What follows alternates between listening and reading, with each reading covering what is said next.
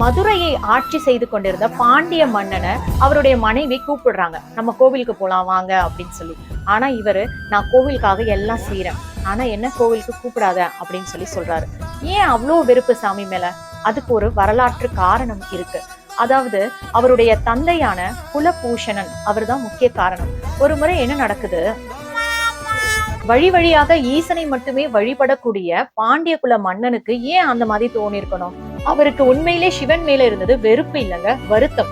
அந்த வருத்தத்துக்கு ஒரு காரணம் இருக்கு, ஒரு வரலாற்று நிகழ்வு இருக்கு. அது என்னன்னு சொல்றேன், கொஞ்சம் கவனமா கேளுங்க. இது கொஞ்சம் லென்த்தியான கதையா இருக்கும், பொறுமையா கேட்டா நல்லா புரியும். குலபூஷணன் அப்படின்னு ஒரு ராஜா இருக்காரு. அவருக்கு 2 பையங்க, ராஜேந்திர பாண்டியன், ராஜசிம்மன். சரிங்களா? இந்த 3 பேர் தான் ஞாபகம். குலபூஷணன் 2 பேரு, ராஜேந்திர பாண்டியன், ராஜசிம்மன். இவங்க பாண்டிய நாட்டை சேர்ந்தவங்க. சோழ நாட்டை சேர்ந்தவர் தான் சிவனேசன். இவருக்கு என்ன ஆசைனா, மதுரையில இருக்கக்கூடிய சொக்கநாதரை பார்க்கணும்னு ரொம்ப நாளா ஆசை. இதுக்காக உறையூருக்கு வந்துட்டாரு. உறையூருக்கு வந்த பிறகு அங்க இருந்து மதுரைக்கு போறதுக்காக காத்திருக்காரு.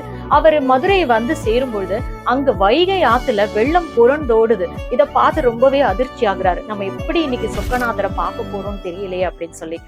இருள் சூழ்ந்திருக்கு வேற, மாலை நேரம் ஆயிடுச்சு. அப்ப அந்த பக்கத்துல இருந்த ஒரு ஓடக்காரர் வந்து சொல்றாரு, நான் உங்களை கூட்டிட்டு போறேன், கவலைப்படாதீங்கன்னு சொல்லி அவருடைய ஓடத்துல கூட்டிட்டு போய் அந்த கரையில பத்திரமா கொண்டு போய் விட்டுறாரு. இப்ப மன திருப்தியானவர் கோவிலுக்கு போலான்னு பார்த்தா ரொம்ப இருட்டுருச்சு.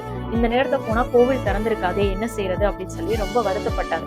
அப்ப அந்த ஓடக்காரன் சொன்னா, என்னுடைய நண்பன் தான் இந்த கோவிலுடைய காவல்காரன், அவன் கிட்ட சொல்லி நான் உங்களுக்காக சாவியை வாங்கி தரேன், என் கூட வாங்க அப்படின்னு சொல்லி ரொம்ப அழகா கூட்டிட்டு போறான். அப்ப சிவனேசனும் மனமுருகி அவர் கூடயே போறாரு. அவன் வழிகாட்டுதல் மூலமா மூடப்பட்ட அந்த கோவிலோட நடைய திறந்து அவங்க உள்ள போய் சாமியை தரிசனம் செய்றாங்க. சிவனேசனுக்கு கண்ணுல கண்ணீர் தார தாரையா ஊத்துது. என்னன்னா, அவர் இவ்வளோ நாள் ஆசையா ஏங்கிட்டு இருந்த அந்த நாள் இன்னைக்குதான் அவரை நேர்ல பார்த்தாச்சு. பார்க்கணும்ன்றதுதான் அவருடைய வெகு நாட்களான ஆசை. பூட்டப்பட்ட கதவை திறக்க கூடாது, அதிகாலையில தான் திறக்கணும். அது தவறுன்னு தெரிஞ்சு கூட இறைவனை பார்க்கணும், பார்த்தே ஆகணும்ன்ற முக்கியத்துவத்தினால இவர் அதெல்லாம் விட்டுட்டு உள்ள போய் சாமி தரிசனம் பண்ணியாச்சு. அதுக்கப்புறம் அந்த கதவை தாழிடுறாங்க, பூட்டுடுறாங்க. அதுல அவங்க முத்திரை இட்டுட்டு வெளியே எல்லாரும் கிளம்பி வந்தாச்சு. இப்போ ஓடக்காரனுக்கு ஏதாவது பரிசு கொடுக்கணும் இல்லையா? தன்னை இவ்வளோ அழகா கூட்டிட்டு வந்து இறைவனுடைய தரிசனத்தை கொடுத்ததற்காக நன்றி சொல்லும் விதமா சிவனேசன் என்ன பண்றான், பொற்காசுகளை அள்ளி கொடுக்குறான். ஆனா அந்த ஓடக்காரன் ஒரு காசு கூட வாங்கல, எனக்கு வேணாம்னு சொல்லிட்டு போயிடுறான். அதுக்கப்புறம் சிவனேசனுக்கு மன திருப்தி. ஆனா பாண்டிய நாட்டு ராஜா குலபூஷணன் காலையில வந்து பார்க்கும்பொழுது என்ன ஆகுது, கோவில்ல அங்க இருக்க வேண்டியது மீன் சின்னம், பாண்டிய நாட்டுக்குரிய சின்னம் மீன் சின்னம், அதுக்கு பதிலா நந்தி சின்னம் அதுல இருந்தது. உண்மையில அன்னைக்கு பல்லவ ஆட்சி காலத்துல அவங்க பயன்படுத்தினது நந்தி சின்னம். பல்லவ ஆட்சி வந்து சோழர்கள் ஆட்சியில சோழ ஆட்சிக்கு கீழே இருந்ததுனால சோழர்களும் அந்த சின்னத்தை பயன்படுத்தினாங்களாம். அப்ப வந்துட்டு போனது சோழர்கள் தான், சோழ மன்னன் தான் அப்படின்றத தெரிஞ்சுக்கிட்டு அவங்க மேல போர் தொடுக்கிறதுக்காக குலபூஷணன் முடிவெடுத்திருக்கான். அதிகாலை நம்ம எல்லாரும் போறோம், அந்த சோழ நாட்டை நோக்கி அவங்க மேல போர் தொடுக்கணும் அப்படின்றதுதான் திட்டம். இரவு தூங்கும் பொழுது அந்த குலபூஷனுடைய கனவுல இறைவன் வராரு. நீ அவனுக்கு எந்த தண்டனையும் கொடுக்க வேணாம், போர் தொடுக்க வேணாம் அப்படின்னு சொல்றாரு. ஏன்னா அவனுக்கு உதவி பண்ணது நான் தான், ஓடக்காரனா வந்தது நான் தான். உனக்கு ஏதாவது தண்டனை கொடுக்கணும்னு தோணுனா, ராஜ தண்டனையே கொடுக்கணும்னு தோணாலும் அதை நீ எனக்கு கொடு அப்படின்னு சொல்லி சிவன் சொல்ற போது இவருக்கு அப்படியே மெய் சிலிர்த்து நின்றாராம். சரி, இந்த பிரச்சனையை இதோட விட்டுருவோம், நீங்க 2 பேரும் நட்பு நாடா இருக்கணும்னு சொன்னாராம். அப்ப நட்பு நாடா இருக்கிறதுக்காக விடியற் காலையில விடிஞ்ச பிறகு இறைவனே சொன்ன பிறகு அதுல மாற்று கருத்தே இல்லை அப்படின்னு குலபூஷணர் புரிஞ்சுக்கிட்டு அந்த சோழ மன்னருடைய மகளை தன்னுடைய 2வது மன்னன் ராஜசிம்மனுக்கு திருமணம் செய்து வைக்கிறாரு. திருமணம் நல்லபடியா முடியுது. 2 நாடும் நட்பு நாடா இருக்காங்க. இதுக்கப்புறம் எப்படி பிரச்சனை வருதுன்னா, ராஜசிம்மன் இருக்கான் இல்லையா, அவன் வந்து அந்த சோழ நாட்டு ராஜாக்களோட சேர்ந்து ஒரு திட்டம் தீட்டுறான் தன்னுடைய நாட்டை பறிக்கிறதுக்காக. இதுக்கப்புறம் கொஞ்ச காலத்துக்கு அப்புறம் குலபூஷணன் இறந்துடுறான். ராஜேந்திர பாண்டியன் ராஜாவா அந்த நாட்டை, பாண்டிய நாட்டை ஆட்சி செய்யறாரு. அப்ப தன்னுடைய அண்ணனை எதிர்க்கிறதுக்காக ராஜசிம்மன் சோழ மன்னர்களோட சேர்ந்து ஒரு கூட்டத்தை கூட்டிட்டு வரான், சண்டை போடுறதுக்கு மறுபடியும். அப்போ அன்னைக்கு இரவுல என்ன நடக்குதுன்னா, அவன் ஒரு திட்டம் போட்டு வச்சிருக்கான், சதி திட்டம், சரிங்களா? இப்போ இவங்கள தாக்க போறாங்க பாண்டிய நாட்டை. அன்னைக்கு அரசர் வந்து ரொம்ப வருத்தமா போய் படுத்து தூங்குறாரு. அப்ப கனவுல சிவன் அவருடைய மனைவி கிட்ட சொல்லிட்டு போறாரு, அந்த சிவன் வந்து எங்களுக்கு பாரபட்சம் பார்த்துட்டாரு அப்படி சொல்றாரு. நானும் சிவனை தான் வழிபடுறேன், ஆனா எங்களுக்கு உதவி பண்ணாம, எனக்கு உதவி பண்ணாம சோழ நாட்டு சிவனேசனுக்கு ஓடக்காரனா வந்து உதவி பண்ணாருல, ஏன் கனவுல வரக்கூடாதா, எனக்காக உதவி பண்ணக்கூடாதா அப்படின்னு சொல்லி தன்னுடைய மனைவி கிட்ட தன்னுடைய ஆதங்கத்தை எல்லாத்தையும் கொட்டி தீர்த்துட்டு இரவு தூங்க போறாரு. அவங்க ஒரு திட்டம் தீட்டிட்டு இருக்காங்க, என்ன போர் தொடுக்கணும்னு சொல்லி இவங்க முடிவெடுத்து வராங்க. போர் தொடுக்கணும்னு சொல்லி அவனுடைய தம்பியும் சோழ மன்னனும் முடிவெடுத்திருக்காங்க.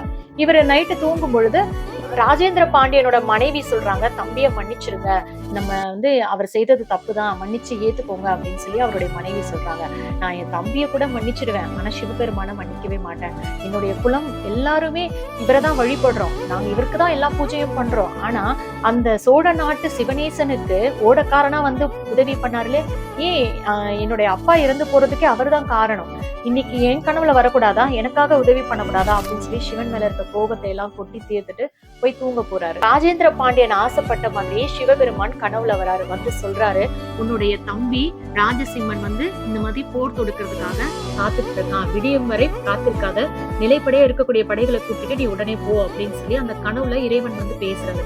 நீ தானே கனவுல வந்து சொல்ல சொன்ன, நான் வந்துட்டேன், நீ சீக்கிரம் போ அப்படின்னு சொல்லு.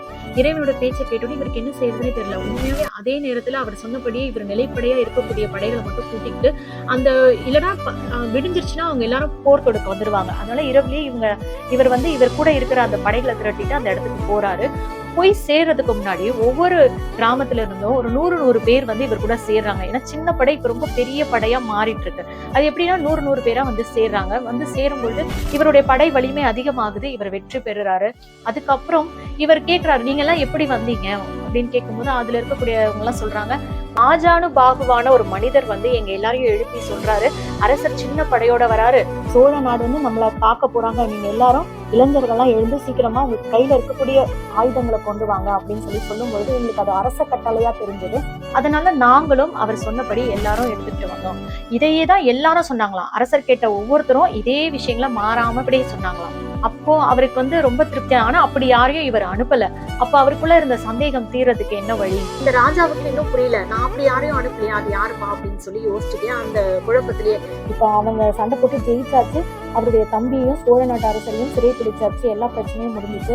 ஆனா அந்த மன்னர், அந்த மாய மனிதன் யாருன்னு தெரியாம அப்படியே அந்த குழப்பத்தையே கண்ணுறங்க போறாரு. கனவுல திரும்பவும் சிவன் வராரு, வந்து சொல்றாரு, நான் தான் வந்து உனக்கு ஊழியனா வந்து இந்த வேலையை செஞ்சு கொடுத்தேன் அப்படின்னு சொல்லி சொல்லும்போது அவருக்கு ரொம்ப மனசு கஷ்டமாயிடுச்சான். இறைவா, நீ எனக்கு ஊழியனா வந்தியா, நீ எனக்காக வந்து இவ்வளவு பெரிய செயல் செய்தியா அப்படின்னு சொல்லி அவர் மனசு ரொம்ப கஷ்டப்பட்டாரு. அவரை நினைச்சு அவர் இதுதானே ஆசைப்பட்டாரு, நீ ஏன் கனவுல வரமாட்டியா அப்படின்னு கேட்டாரு. கண்டிப்பா வந்தாரு இல்லையா. நீங்களும் இது வந்து வெறும் கதை இல்ல, உங்க மனசார நீங்க நினைச்சீங்கன்னா கண்டிப்பா அவர் வருவாரு. அந்த உருக்கமான நினைப்பா இருக்கணும், அவ்வளவுதான். மேலோட்டமா இருந்தா அது நடக்காது இல்லையா. ரொம்ப ஆழமா நீங்க நினைக்கும் பொழுது அது கண்டிப்பா நடக்கும். அவருடைய வாழ்க்கையில இந்த விஷயம் எவ்வளவு அழகா நடந்திருக்கு பாருங்க. இறைவன் வந்து ஊழியம் பண்ணியிருக்காருன்னு சிவன் சொல்றாரு, நீ இந்த பகையெல்லாம் மறந்துரு, எல்லாரும் ஒற்றுமையா இருங்க அப்படின்னு சொன்ன பிறகு சிறையில் இருந்த அந்த சோழ நாட்டு அரசரை இந்த சிவனேசனை கூட்டிட்டு வந்து சுப்பநாதர் தரிசனம் செய்ய வைக்கிறாரு. எல்லா பகையும் மறந்து எல்லாரும் ஒற்றுமையா வாழ்றாங்க. இறைவனோட அருள் அவங்களுக்கு எப்பொழுதுமே இருக்கு. நம்மளுக்கும் இந்த கதையை கேட்கறது மூலமா அவர் நம்ம கூட இருக்காரு அப்படின்றத நம்ம உணரணும், அவ்வளவுதான். அந்த ஒரு சின்ன விஷயம் நடக்கிறதுக்கு தான் நம்ம எத்தனை விஷயங்கள் அவர் சார்ந்த விஷயங்களை தொடர்ந்து படிக்கிறோம், பாடுறோம். இறைவனோட அருள் நமக்கு எப்பவுமே நம்ம கூட இருக்கு அப்படின்னு